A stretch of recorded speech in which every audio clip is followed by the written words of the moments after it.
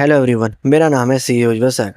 और दोस्तों, हम सबको पता है जितने भी सी ए इंटर वाले बच्चे हैं सर, उनके एग्ज़ाम बहुत करीब है। ठीक है। और सर, अगर आपको एग्ज़ाम में अच्छा स्कोर करना है तो एमसीक्यू आपको सही करके आने ही पड़ेंगे। ठीक है। अब सर, एमसीक्यू की प्रैक्टिस कहाँ से करें?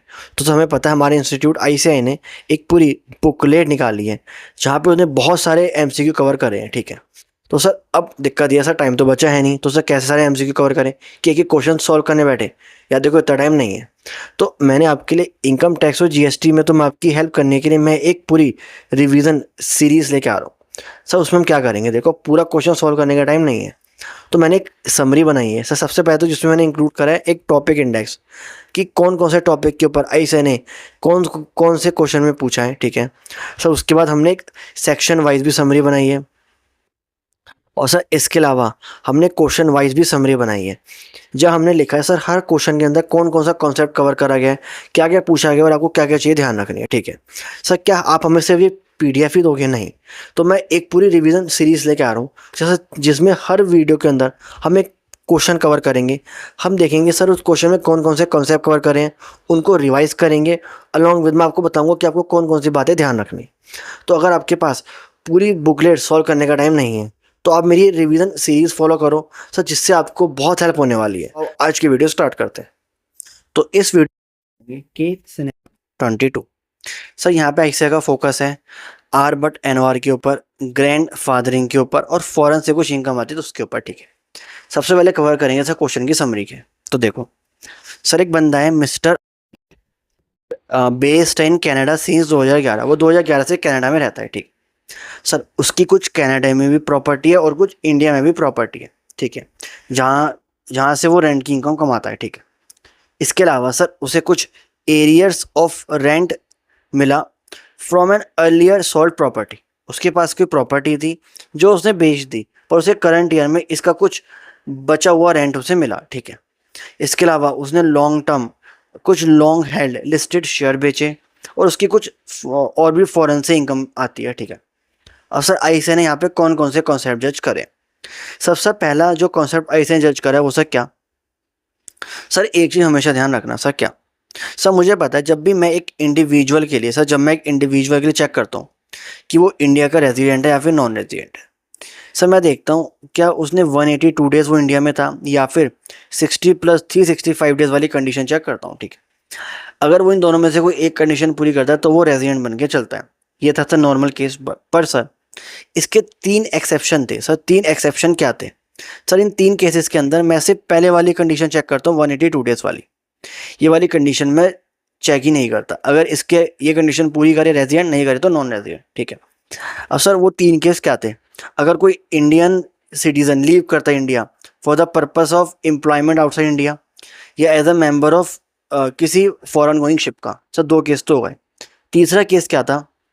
कोई इंडियन सिटीजन या फिर पर्सन ऑफ इंडियन ओरिजिन। ठीक है।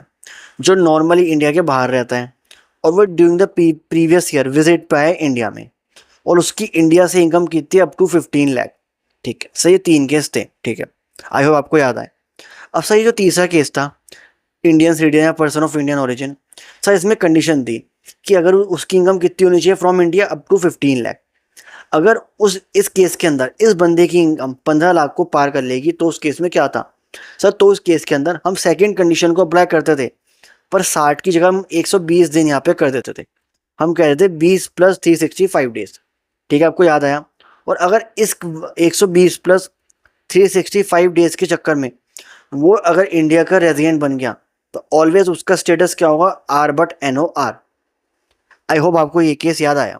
तो यही कॉन्सेप्ट आईसीएआई ने यहाँ पे जज करा है। सर, क्या? In case of Indian citizen या person of Indian origin having total income other than foreign source income, मतलब इंडियन से income of more than 15 lakh, then second basic condition मतलब 60 + 365 डेज वाली अब एप्लीकेबल, एंड इंस्टीड ऑफ 60 की जगह 120 days are consider, 120 दिन consider करे जाएंगे। बट इन सच केस, ऐसे केस के अंदर always treated as R but NOR in case no need to check additional condition. I hope आपको ये पॉइंट समझ में आया। ठीक है। अब सर देखो, जो सेकंड और थर्ड पॉइंट है ये तो सर किसके? सर, ये तो नॉर्मली एक ही पॉइंट है। सर, क्या? स्कोपिंग ऑफ इनकम जो हम बहुत बार रिवाइज कर चुके हैं, एक बार दोबारा बताता हूँ सर क्या। सर हमेशा ध्यान रखना, इनकम दो टाइप की होगी सर, एक होती है इंडियन इनकम, एक होती है फॉरेन इनकम। ठीक है, इंडियन इनकम वो इनकम होती है जो इंडिया में रिसीव हुई या फिर इंडिया में अक्रो हुई। ठीक है, और फॉरेन इनकम जो ना इंडिया में रिसीव हुई ना इंडिया में अक्रो हुई। सर अगर आपका स्टेटस कुछ भी हो, आप रेजिडेंट हो, नॉन रेजिडेंट हो या आर बट NOR हो, तीनों बंदों के लिए जो इंडियन इनकम होती है वो इंडिया में टैक्सेबल होकर चलती है। पर जो फॉरेन इनकम होती है वो सिर्फ जो रेजिडेंट बंदा है उसके लिए ही इंडिया में टैक्सेबल होकर चलती है। ठीक है, ये बस इसी के ऊपर ऐसे बार बार क्वेश्चन पूछता है। तो इस सेकंड और थर्ड पॉइंट में से यही है। ठीक है, स्कोपिंग ऑफ इनकम पर ऐसे का फोकस है। पर आपको ये देखना है सर उस बंदे का स्टेटस क्या है और फिर इनकम कौन सी है, इस बेस पे आपके सारे क्वेश्चन सॉल्व हो जाएंगे। ठीक है, अब सर जो फोर्थ पॉइंट है सर वो है section 112A grand fathering. Sir in case of listed equity share जो मैंने एक्वायर करे थे बिफोर 1 फेब 2018 और मैंने STT मतलब सिक्योरिटीज ट्रांजैक्शन टैक्स पे करा था एक्विजिशन पे भी और ट्रांसफ़र पे भी, मतलब मैं कह सकता हूँ वर सर ये जो शेयर थे ये कवर थे सेक्शन 112A में। ठीक है, जो हम कैपिटल गेन में पढ़ते हैं। तो ऐसे शेयर के ऊपर जब भी आप कैपिटल गेन निकालोगे तो आप इनकी कॉस्ट ऑफ एक्विजिशन कैसे निकालोगे सर, इसका अलग तरीका था सर। क्या, सबसे पहले आप कंपेयर करोगे जो भी उसकी FMV थी ऑन 31 जनवरी 2018 और उसकी जो फुल वैल्यू ऑफ कंसिडरेशन है, जो भी दोनों में लोअर होगा कम होगा उसे बाहर लेके आओगे। फिर उसे कंपेयर करोगे उसकी एक्चुअल कॉस्ट से, और जो दोनों में हायर होगा वो बनेगी आपकी cost of acquisition for purpose of calculation of capital gain. ये था sir grand fathering. I hope आपने इसके क्वेश्चन करे होंगे, अगर नहीं करेंगे तो जरूर करना, ऐसे ये बार बार क्वेश्चन पूछता है। ठीक है, अब सर जो लास्ट पॉइंट है और मुझे लगता है इस क्वेश्चन का सबसे इंपॉर्टेंट पॉइंट सर क्या। सर हमेशा ध्यान रखना, अगर किसी बंदे को rent of arrears of rent मिले, अब सर जिस साल मिले वो उस साल टैक्सेबल होकर चलते हैं, ये मैटर नहीं करता कि प्रॉपर्टी उसके पास है या नहीं।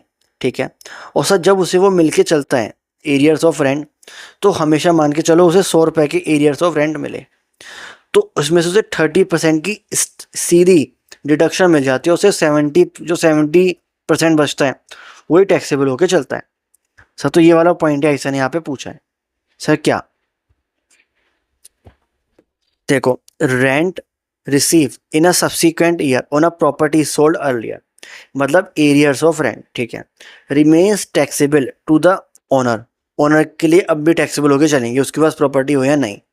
एंड और वो टैक्स होंगे 70% पे, मतलब उसे फ्लैट 30% की डिडक्शन मिल जाएगी regardless of current ownership status. I hope समझ में आया। इस क्वेश्चन का सबसे इंपॉर्टेंट पॉइंट मुझे यही लगा।